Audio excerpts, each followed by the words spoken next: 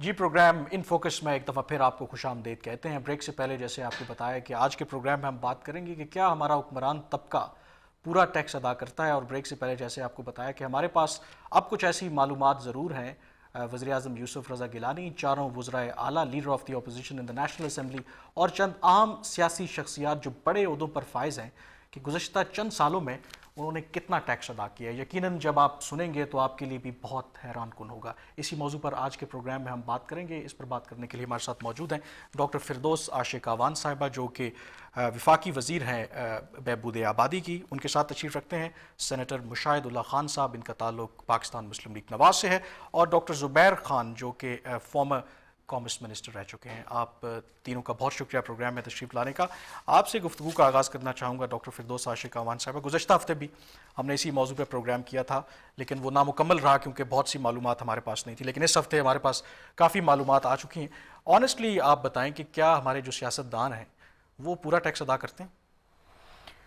बिस्मिल्लाहिर्रहमानिर्रहीम। सबसे पहली बात तो यह है कि सियासतदान को एक माशरे के शहरी के तौर पर देखें, सुपर ह्यूमन बीइंग या एक ओवरऑल उसका माइंडसेट या माशरे के अंदर होने वाली जो सोच है उससे अलहदा करके उसको ना देखें। बहसीत सिविल सोसाइटी, चूँकि हमारे यहाँ टैक्स कल्चर और टैक्स ओनरशिप और फिर जो देर है उसके लिए कोई स्पेशल ट्रीटमेंट और इनिशिएटिव्स ना होने की वजह से हमारे यहाँ टैक्स पे करने का रिवाज बहसीत माशरा है ही नहीं है। और पूरे पाकिस्तान की इस वक्त 20 करोड़ से ज़्यादा आबादी होने वाली है।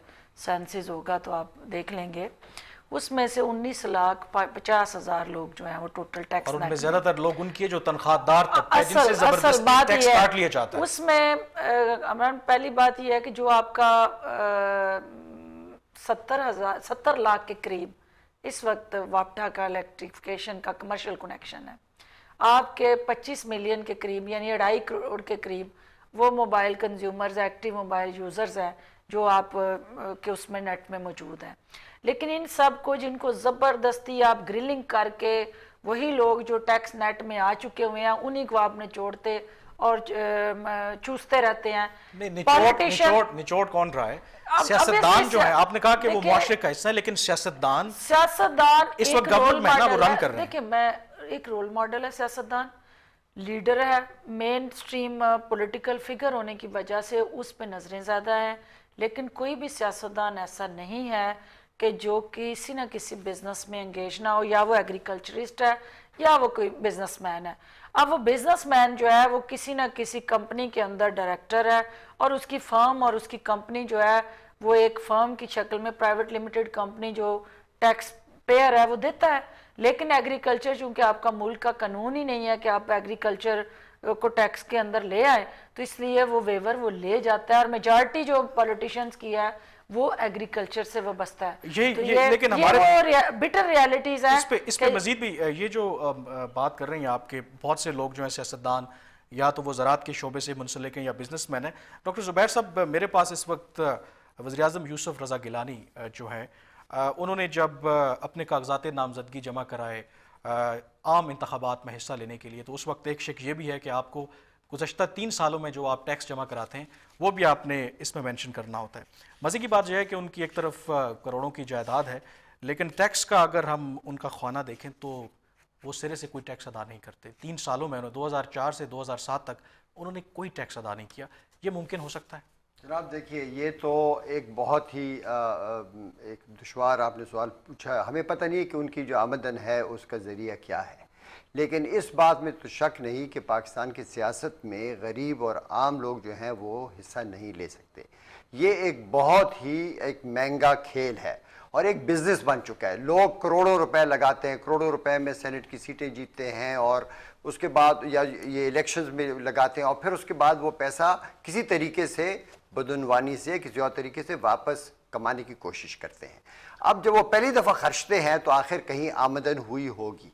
लेकिन मुझे जो इस बात पर जो आपने ये जो इन्फॉर्मेशन दी है, इसमें बड़ी अजीब बात तो ये है कि एक वज़ीर आज़म जिसने एक खुद कभी भी इनकम टैक्स ना दिया हो, वो तमाम मुल्क से किस मुँह से वो इनकम टैक्स कलेक्ट करेगा?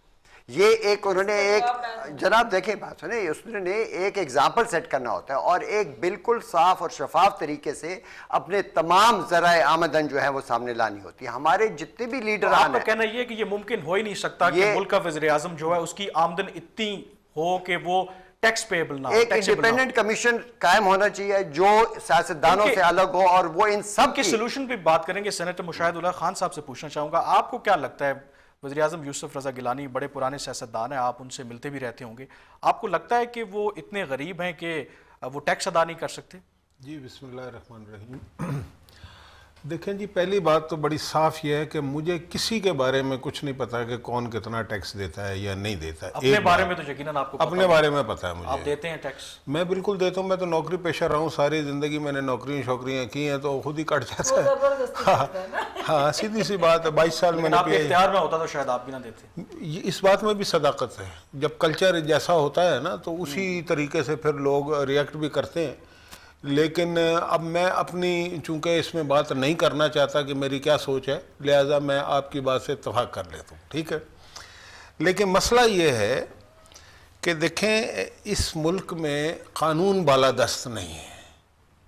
पिछले 62 साल से यहाँ पे जो कुछ देखें ना, ये कानून की बात है ना कि टैक्स देना चाहिए। अच्छा, कानून का इज़्ज़त, एहतराम, उसका तक़द्दुस, उसका वक़ार होगा तो तभी लोग उसको तस्लीम करेंगे ना और उसके तहत चलेंगे। हमारे यहाँ मसला ये, मुझे नहीं मालूम कि वज़ीर आज़म का आपने, हो सकता है उनका कोई बिजनेस हो और वो मैं गुजारिश का आप कर लीजिए। डॉक्टर साहब ने कहा कि हमारे यहाँ ये बात भी तो तय है कि सियासत में आने के लिए गरीब आदमी का काम नहीं है सियासत करना। मैं आपको एक बात बताऊं, मैं इनकी फैमिली को जानता हूँ थोड़ा सा। ये कोई यूसुफ रज़ा गिलानी साहब को बहुत ज़्यादा अमीर आदमी कभी भी नहीं रहे हैं, ये मुझे पता है। खानवादा इनका बड़ा है, इसमें कोई शुबा नहीं है।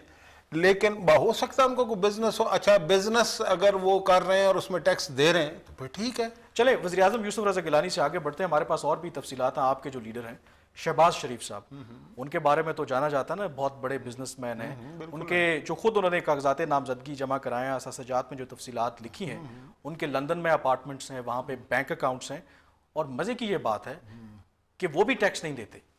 अब ये कैसे मुमकिन? नहीं, ये मुमकिन नहीं हो सकता ना। नहीं, ये मुमकिन, ये उन्होंने खुद मेंशन किया है, वो स्क्रीन पे देखें, अभी चल भी रहा है। ये जो डॉक्यूमेंट है ये मेरा नहीं है, उनका दस्तखत करता हुआ, मैंने इलेक्शन कमीशन से ये निकलवाया है और उसमें ये लिखा हुआ है कि जब उन्होंने इंतखाब लड़ा तो 3 साल के पिछले आपने जमा कराने होते हैं। 2005 से लेकर 2007 तक नील लिखा हुआ, एक टैक्स नहीं दिया। और साथ अगर असासे उनके देखें तो वो बड़ी लंबी लाइन है असासों की, उनके इन्वेस्टमेंट्स हैं शुगर में हर जगह पे।